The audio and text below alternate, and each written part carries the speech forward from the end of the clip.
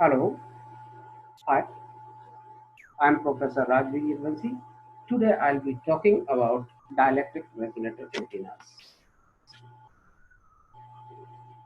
These antennas are very useful and these are different from the conventional antennas which are made from metals. They have various advantages like they are efficient, they are uh, having permittivity from 10 to 1600. They offer less loss. The fabrication part is very easy, simple in design, and the best part of dielectric resonator antenna is that they operate even at optical frequency. As far as our research is concerned, we have worked out various papers have been published on microwave frequencies. There are two papers which are in IEEE transaction on microwave frequencies, then millimeter wave frequencies, than terahertz frequencies, and even our work is there on optical frequencies. So dielectric resonant antennas are versatile in present era. How these antennas began? Somewhere in 1939, Rich Meyer was the material scientist who worked on dielectric materials.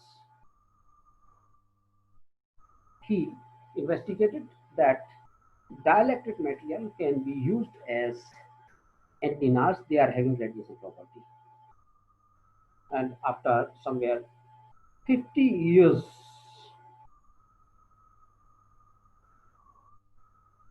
essay long, use these dielectric materials to devise dielectric antennas. In 1983, he developed a research paper on dielectric antennas.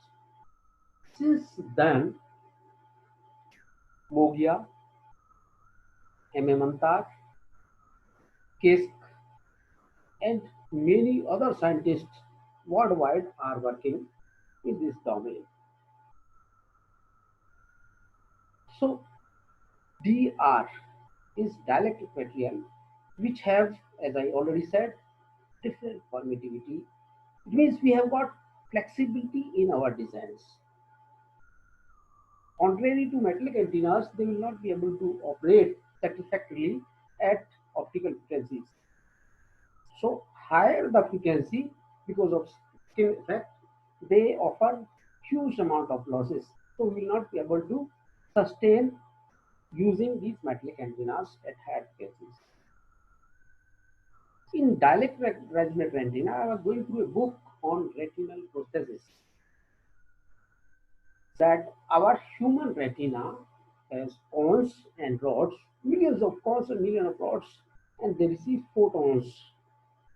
These photons from nature light are received by these photoreceptors which are there in retinal surface, and they convert this to tiny voltages. These voltages are nothing but neurons, and these neurons then travel to brain to see physical world. This is what our eye is doing. So we thought of that if we are able to devise dielectric antennas of photonic wavelength. Nowadays, we see that fabrication facilities, fab labs are available even at nanometer wavelength. So fabrication has become very easy nowadays.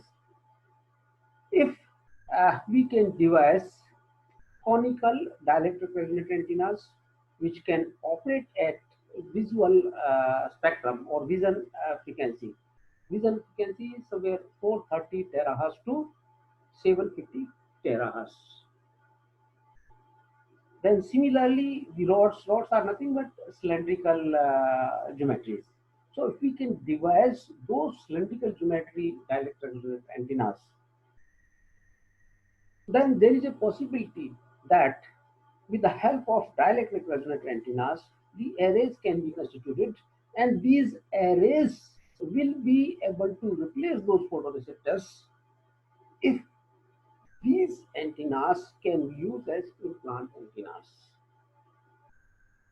So I find a tremendous biomedical applications in these conical and cylindrical dielectric resonator antennas. These can also be termed as quantum antennas or nano antennas or optical antennas. Now, these antennas generally which we have worked out are we have used Roser material, we have used aluminum oxide, we have also used TiO2 at nets, we have also used barium strontium titanate. So these are the different permittivity materials available uh, worldwide for making these devices. How do devices operate? If you see this slide 1, there are various geometry dielectric resonator antennas which we have developed. You see here, this is a rectangular DRA with some metallic steps to control these resonant bands. Then this is rectangular DRA, and there are various other shapes of DRAs which we have developed in our lab. These are the raw DRAs which I am showing you uh, for various geometries to obtain different parameters. Those parameters I'll be discussing. This is a stacking dielectric resonator antenna which we have developed in lab, and this is under test of an IP chamber. So this is what DRA looks like. If you see, I have taken an example of a rectangular DRA. As you see here, it has got A, B, and D dimensions. Now, these A, B, D dimensions create a volume of rectangular DRA. Now, based on this volume, when we feed input excitation, the input excitation is a AC signal. When we give AC signal to a microstrip feed line, the signals travel back and forth because there are walls. Walls can be PC, that is permanent electrical wall. Walls can be PMC, that is permanent magnetic walls. Because of these walls configurations of DRA, the back and forth movement of electrical signal takes place, and because of this, the input excitation creates a resonance. These resonances are dependent on eigenvalues. So standing wave formation will take place. If the walls of rectangular DRA are transparent, then our RF signals will leak through the transparent walls. If these are electrical walls, it will reflect back. So the RF signal, radio signal, which passes through the transparent walls will form a wave vector, and at far field we will be able to observe what type of pattern it is being formed. When I say pattern, I say radiation pattern. How this radiation pattern is formed? Basically, there is a surface. On this surface, this RF currents will develop a field pattern in terms of surface charge, and surface charge in movement will convert into surface current density. Surface current density will convert into retardation potential. Then retardation potential will get converted to Poynting vector, and they will follow Maxwell's equation. Then Maxwell's equation will convert into Helmholtz equation. Then Helmholtz equation will be used to drive characteristic equation. Then if we are developing a GWA model, then we will be able to extract this characteristic equation in terms of transcandidatal equation. And this transcandidatal equation is more accurate to predict the resonance frequency. But generally, we have seen the researchers are taking only characteristic equation as a standard for computing resonant frequency. Now, the resonant frequency computed based on characteristic equation is not taking account of electrical length property into consideration. They are computing resonance frequency based on eigenvalue. So there is a difference between eigenvalue based resonance frequency and electrical length based resonance frequency. That is the difference between the characteristic equation used and transcriptional equation used. So we have worked on developing these transcontinental equations by taking different combinations of the geometry. In rectangular DRA, we have developed various use cases that there are 6 walls. So different combination of these walls of PMC and PMC has been taken place, and accordingly, the input feed direction, if we account for different combinations of transcontinental equations, gets converted, and they will be able to give us how the field is. Okay. So transcendental equation is very important as far as exact computation of the resonance frequency is concerned. So this is what we see in our rectangular DRA geometry, that ground plane, then dimensions. There is one more, if you see H or D by 2D. So if we take image effect into consideration as far as our DRA is concerned, then the dimensions can be reduced. If we take isolated DRA, dimensions will be 2D, that is height. If we take the same DRA with the ground plane, because of image effect, the height will be reduced to half. In today's lecture, we will be discussing about the resonant modes. These are T, TM, and TEM, or sometimes known as HE or EH. These are uh, transverse electric, transverse magnetic, and hybrid modes. If we take geometry rectangular, then T or TM modes are sufficient. But if we take geometry of different configuration, uh, like cylindrical, pyramidal, uh, then various combination of cylindrical and pyramidal, sometimes complex nature of distribution of electric fields takes place. So these complex distribution of electric fields will be able to resolve if we uh, know the basic concept of hybrid modes. If we say T, it means HZ field is there. If we say TM, it means EZ field is there. And if both EZ and HZ propagation fields are there, then we will say that it is hybrid modes. Hybrid modes will be able to propagate both type of fields simultaneously. So modes are nothing but they are able to offer a physical insight of the dielectric resonator antenna during the design itself. And if we know the configuration of electric field at the design stage, we will be able to predict what will be the radiation pattern. These radiation patterns can be empire or broadside. So which way we want to propagate our RF energy is in our hand. Either we can generate uh, fundamental mode in our DRA, or we can generate higher order modes in our DRA. We can uh, radiate our energy at theta is equal to 0. We can radiate our RF energy at theta is equal to 90.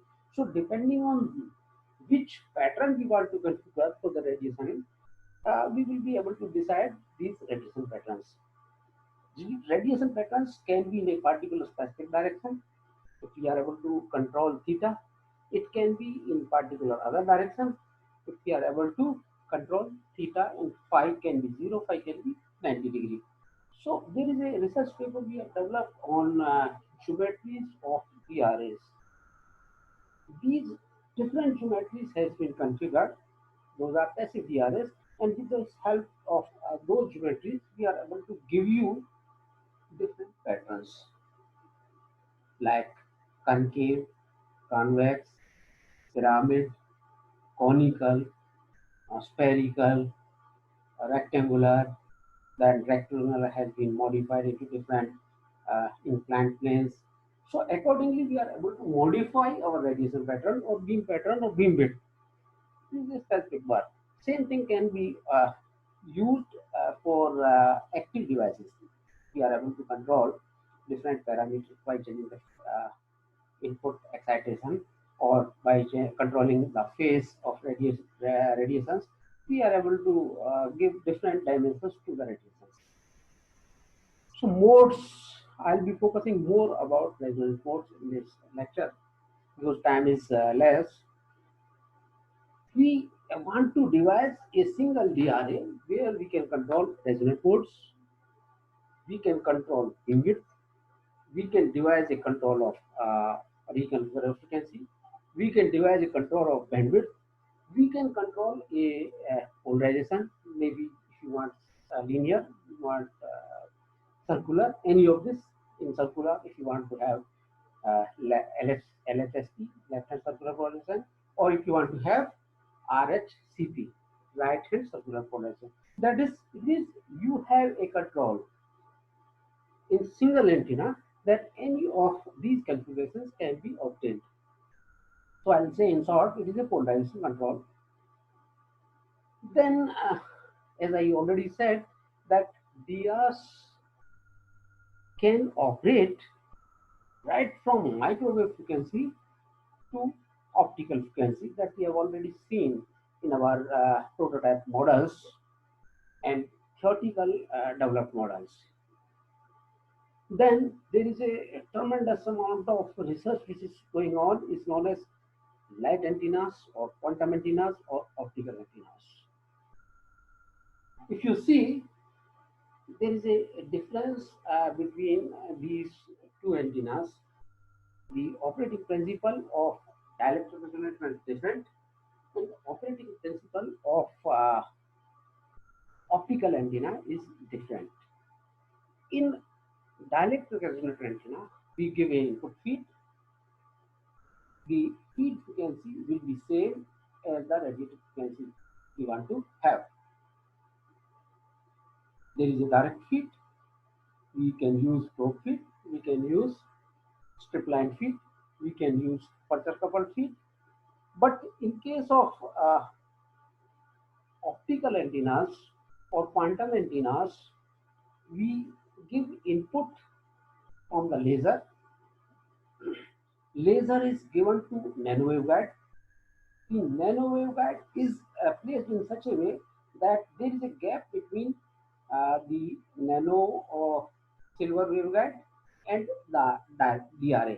DRA may be a Teflon, maybe a silicon, maybe a titanate.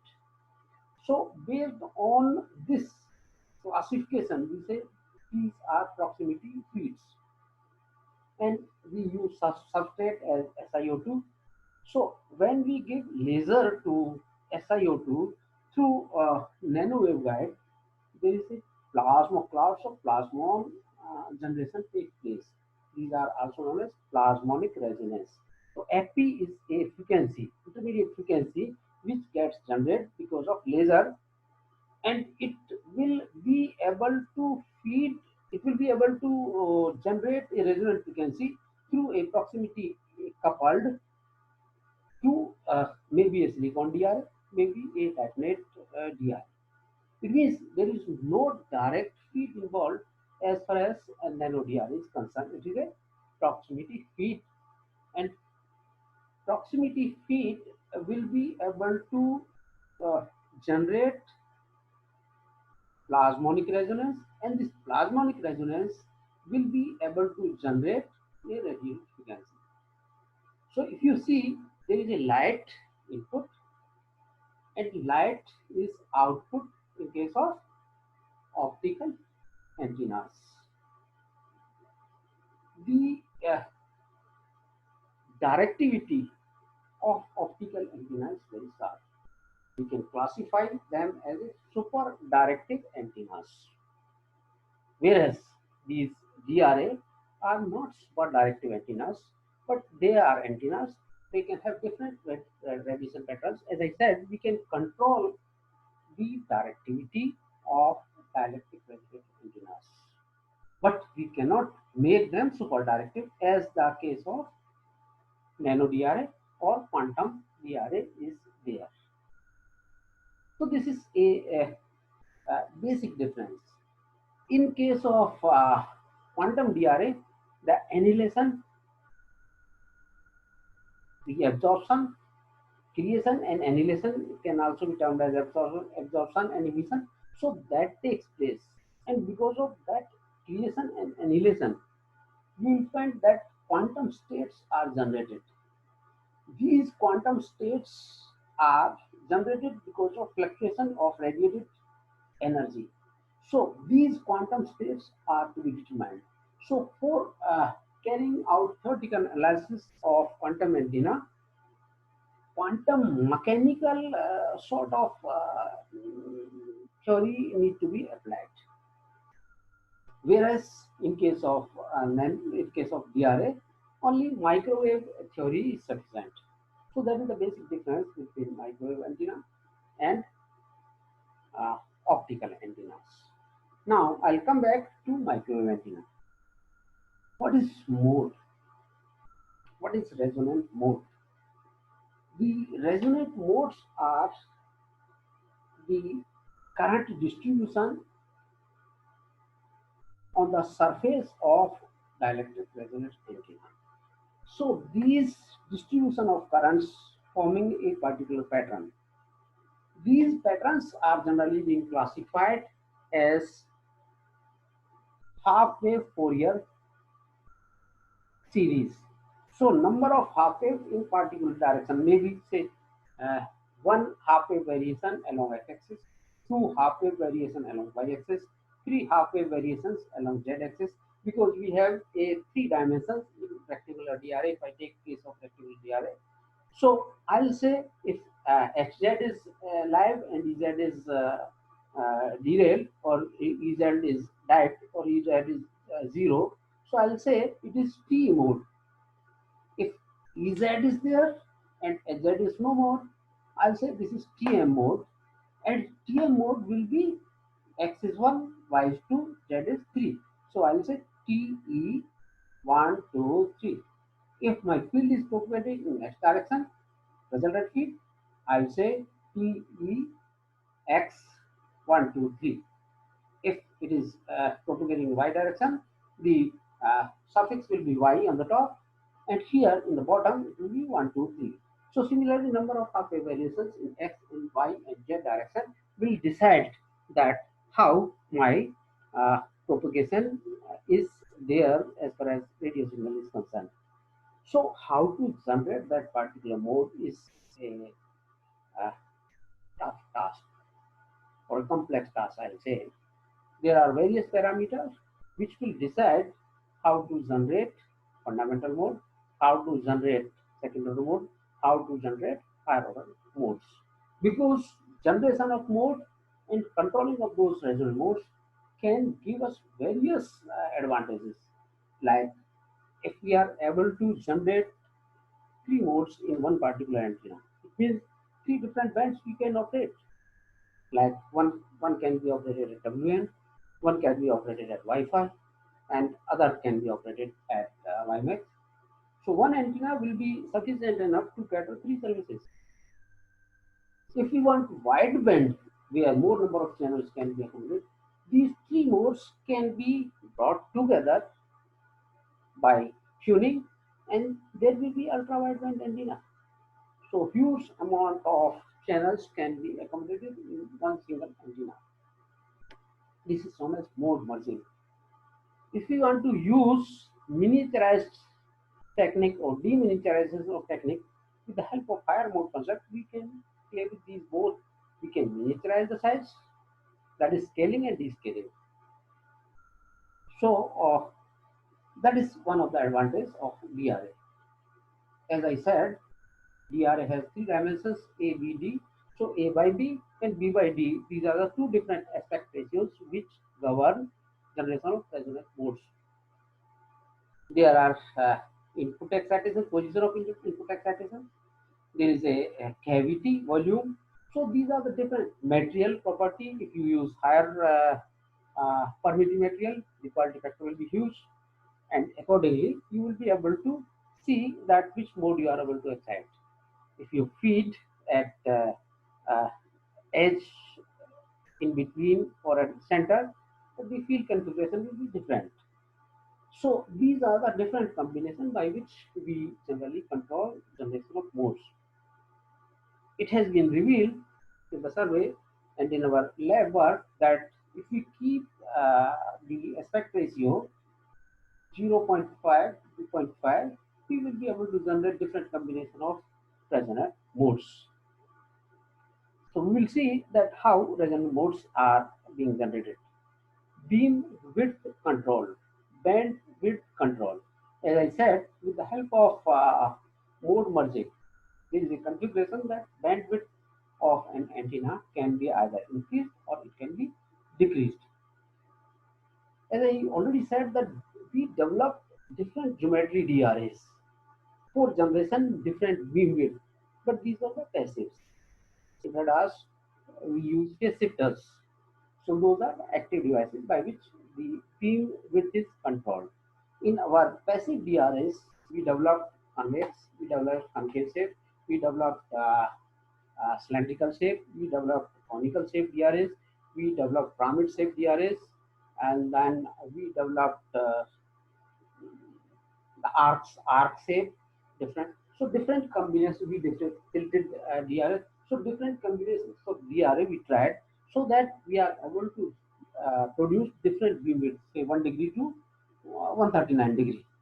The work is available. We have submitted this paper to frequency. Then there is a reconfiguration of frequency.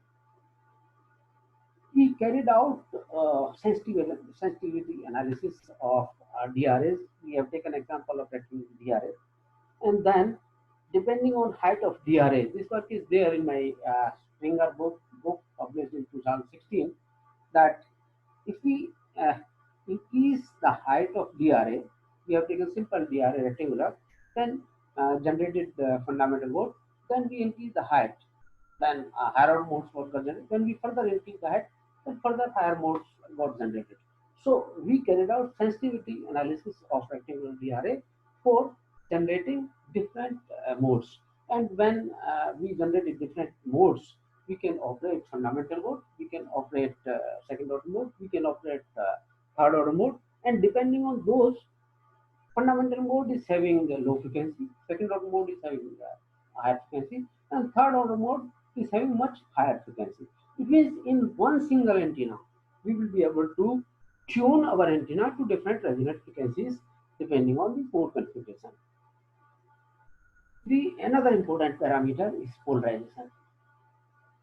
If we are using the linear polarized antennas, there are chances that because of misalignment, signal may be lost. But if you are able to generate circular polarization in an antenna, so that problem is sorted out. Even if there is a misalignment in trans and receive antenna, you will be able to receive signals. There won't be any difference on the strength.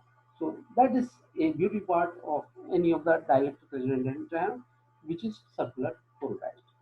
So these, as I said, these polarization has been achieved by different combinations, by having different slots, then feeding from two different directions, then giving the feed to S.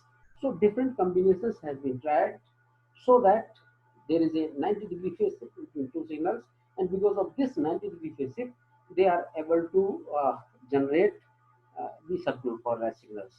We have given Z-shaped slots, and in Z-shaped slots, if one is bigger and in the lesser, so that will dominate, and the polarization will be uh, the field will rotate accordingly.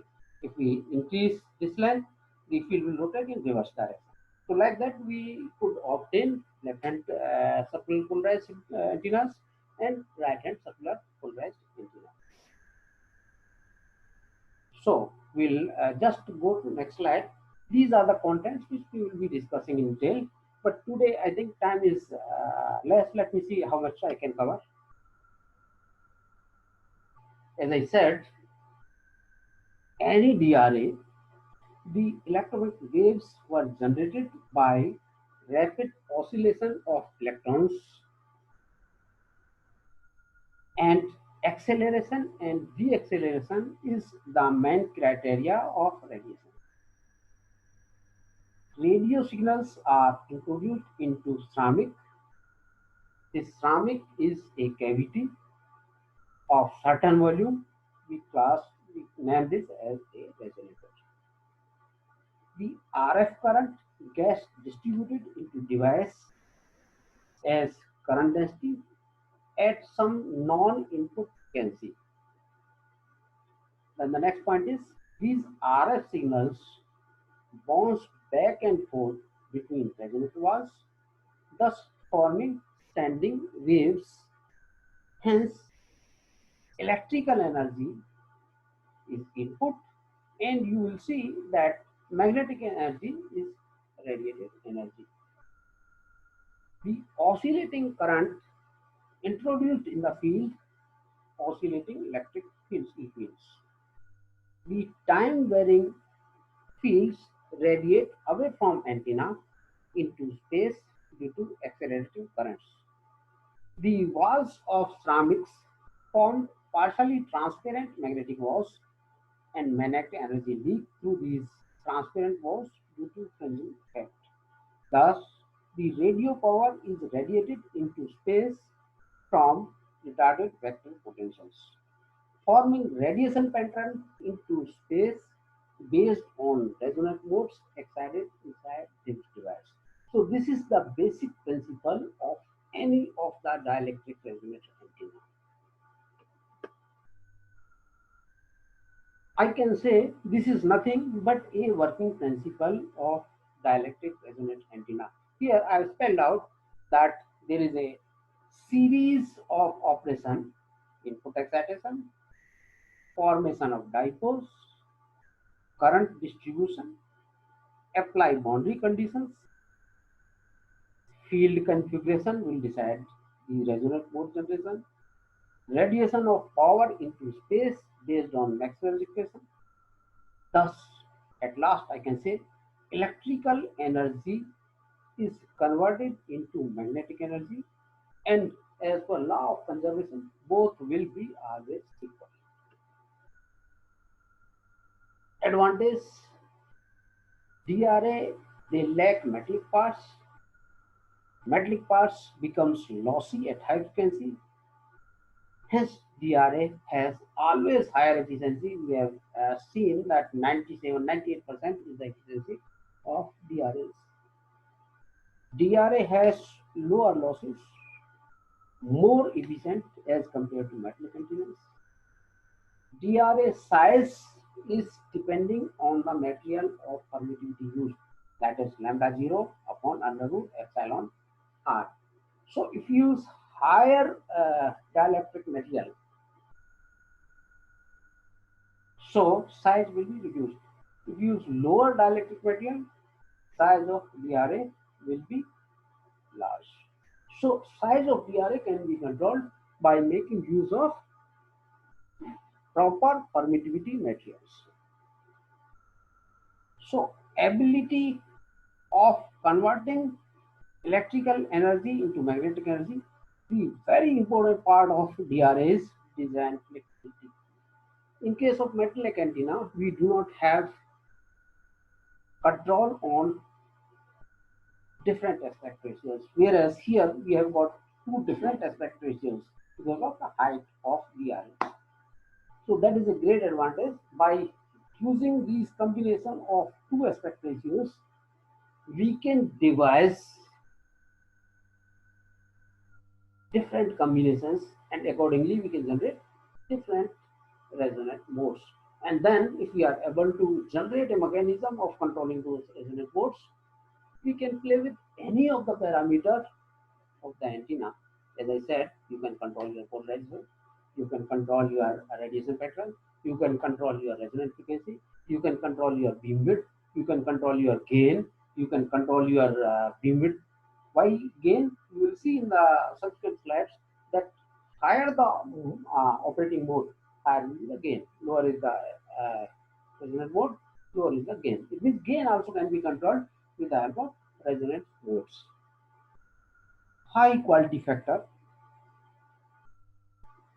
Using high quality factor means large dielectric constant will be able to give you miniaturized size. That already has been spelled out. Generation of higher modes can be used for demineralized features that we will see. Material property does not change with the temperature. It means they have got stable configuration. DRAs are stable even at higher temperatures, whereas in case of petroleum antennas, they change their property based on the temperature. Suitable even at terahertz, as I already spelled out that DRAs are suitable at microwave frequency, at terahertz frequency, and even at optical frequencies. We see in slide that dipole moment. Your whole theory of antenna starts from dipoles. The magnetic dipoles generates and gets radiated into space. So basic theory of any of the antenna is depending on generation of magnetic dipoles. Alignment of magnetic dipoles will decide your wave vector. It means there is a term known as dipole moments. Here we classify D as a dipole moment, E as a charge, R as a distance. So when there is a acceleration, I'll be able to write this as a d dot dy dt summation of E dot R. Is nothing but how your acceleration or deceleration takes place, making use of charge into dipole moments. Ah, this is a very excellent slides.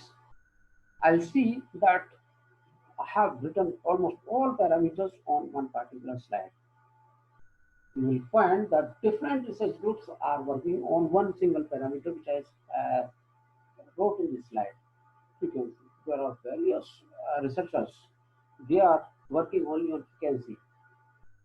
Few are at low frequency, few are at medium frequency, few groups are working at high frequency. I can classify them as micro frequency, at terahertz frequency, at optical frequency. So researchers working at optical frequency, they are devising light antennas, quantum antennas. Researchers working at millimeter wave or terahertz, they are playing with terahertz range like 60 gigahertz is a handheld radar. So uh, almost all automotive vehicles they are having those millimeter radars. Then microwave frequency high band S-band. There are various researchers they are still working to tune those various devices on microwave devices. So different groups are working at different frequency spectrum rather you can say. Impedance. This is one of the crucial parameter where every researcher has to struggle, has to work more so that input impedance of an antenna is perfectly matched with the impedance of your DRA. Very important parts. So a lot of tuning, a lot of mathematical backgrounds take place in impedance. We always try to match both impedance so that there is a maximum amount of coupling and losses are minimized, so radiations are high. So that is the basic principle of any of the antenna that we want maximum radiations to take place. Gain. Gain is important parameter that if you want to operate from one place, you want to see that your signal propagate at a larger distance. So you have to increase or decrease the gain. If you want to operate at lower, for example, if you see our eye gaze, I'll say in our retina, the focal length of object depends on the gaze. So if you want to see far distance object from your eye, it means your focal length of eye lens is up to that distance. If at same extent you want to see a object which is very nearby to your eye, it means you have to shift your focal length to the nearby. If you want to see in between, you have to shift your focal length to in between. So this is how your eye gaze. It means the lens power is reconfigurable.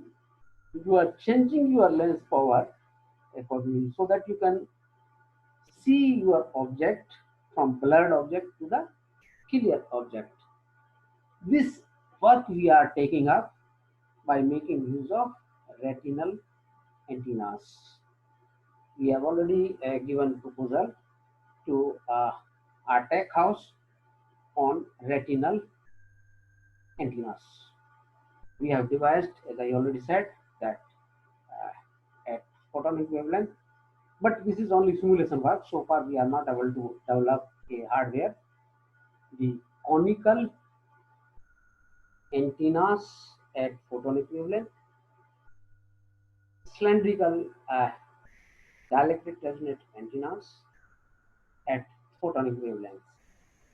Two different antennas we have carried out theoretical work, mathematical work, and simulation work. Now we want to try to develop hardware for these tools.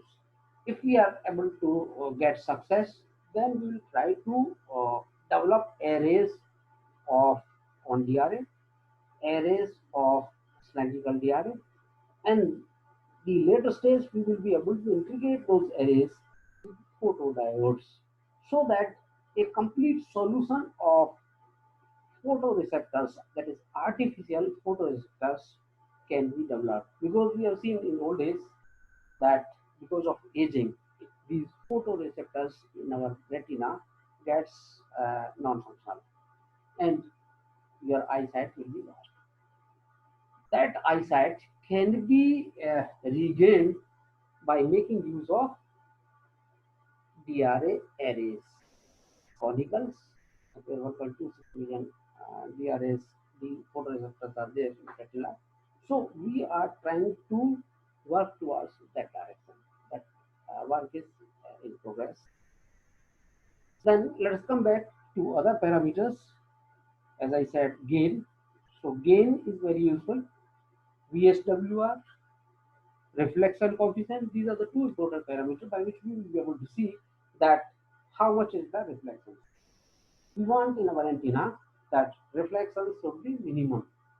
We test down those reflections by making use of VNA. As I said, bandwidth. So bandwidth is deciding channel capacity. Beam width is deciding where our radiated energy is going in the space. Directivity is another parameter of gain. I'll say in part gain in particular direction will be directivity. And I already said that if we work on light antenna, quantum antenna, or nano dielectric resonant antenna, they are super directive. They are having better directivity. Permittivity, already I spelled out that in DRA we have got opportunity to operate or use a permittivity of varying nature. We have got materials in material science from 10 to 1600. So any of the material can be chosen. Like Roser, we have got 10, Roser, we have got 10.12.8, we have got aluminum oxide, Al2O3, 10. And likewise, there are various dielectric materials available which can be used as a dielectric resistor. Dielectric constant, efficiency, as I already said, efficiency is one of the dominant parameters in DRA. Quality factor, resonance modes, already spelled out that the modes is in your control. Excel ratio is a parameter which is being used to define whether your circuit polarization is there or not. Aspect ratio, ABD dimensions, they will be able to give you the proper aspect ratio. Low profile, resonant modes, higher order modes, fundamental modes. It means we are devising a mechanism that mode control is there. Dipole moment, pointing vector, you have already seen that pointing vector will be deciding where the wave vector is. Vector potential, wave number k, boundary conditions P, C, P, and C, Bessel functions, Green functions, frequency spectrum, as I already said, microwave to optical. This is basic principle of any of the antenna. Lambda is equal to C by A. Dimensions already spread out. Lambda G upon epsilon r. Low profile, group delay, loss time. These are all parameters any of the antenna will have. Impedance, this is space impedance 377 ohm. Permittivity, permeability, short magnetic dipoles, dipoles. Yes, there is a term known as dipoles. In any of the dimensions, let us say z, h in z direction, there is a h dimension. H is also known as height of the DRA. If you see in that H, you can develop one dipole, you can develop two dipoles, you can develop three dipoles. But if your dipoles are large, of course you can generate more dipoles. But if there is an overlap between these two dipoles, if it is at specific lambda by 0 0.4, then it's okay, dipoles are not overlapped, and more number of dipoles will be able to fetch you higher gain. But if the dipole starts overlapping, then your gain will get reduced. So there is a limit that up to that limit only you can generate more number of dipoles. Otherwise, your gain will be lost. Resonant modes excitation and its control. Very important, very beautiful phenomena. So how to generate resonant modes and how to control them is beautiful phenomena that I spelled out in this slide. The dimensions are related to fundamental mode, that is lambda by 2, and these are permittivity dependent, that is lower dimensions for higher permittivity. Configuration in cavity, i.e. slots, are resonance. Aspect ratio A by B, B by D, A by D may be 0.52 for higher order modes. There are techniques that metal strips insertion produce image effect for a compactness. Odd modes and even modes generation with or without ground plane. If you have a ground plane, you will be able to generate uh, even modes. If you are not having ground plane, you will be able to generate odd modes or vice versa. Both type of mode generation, even and odd, is spherical. If his hybrid modes are there, then shifting of resonance, modes merging that I already discussed, polarization control that also I have discussed, beam width control with your with aircraft taking structure inverse. We have also spelled out that because of new geometries we have incorporated, by making use of those new geometries, we are able to control resonant modes. Higher order modes, higher gain, more height, more number of higher order modes, more side radiation pattern or broadside radiation pattern, or I'll say broadside is also known as NFI. Mode control, polarization control, bandwidth control, beamwidth control.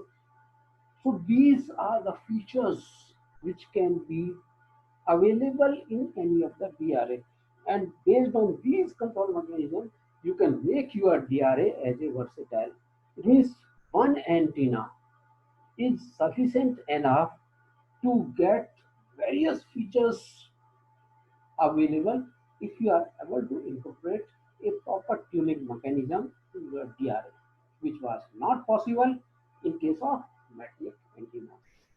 So the beauty part of this is that you have got design flexibility to termination amount, but at the same time we found one drawback, that having so much advantages in DRA, it was difficult to make weak conformal antennas with use of DRA. But of course, up to certain extent we tried by making flexible ground planes, making curvatures surfaces, making bent surfaces of DRA, but still it is difficult task to design conformal antennas. Otherwise, there are tremendous applications of parallel to president antennas, right from microwave frequencies to optical frequencies. With this, I conclude my session. Thank you very much. You may ask any questions.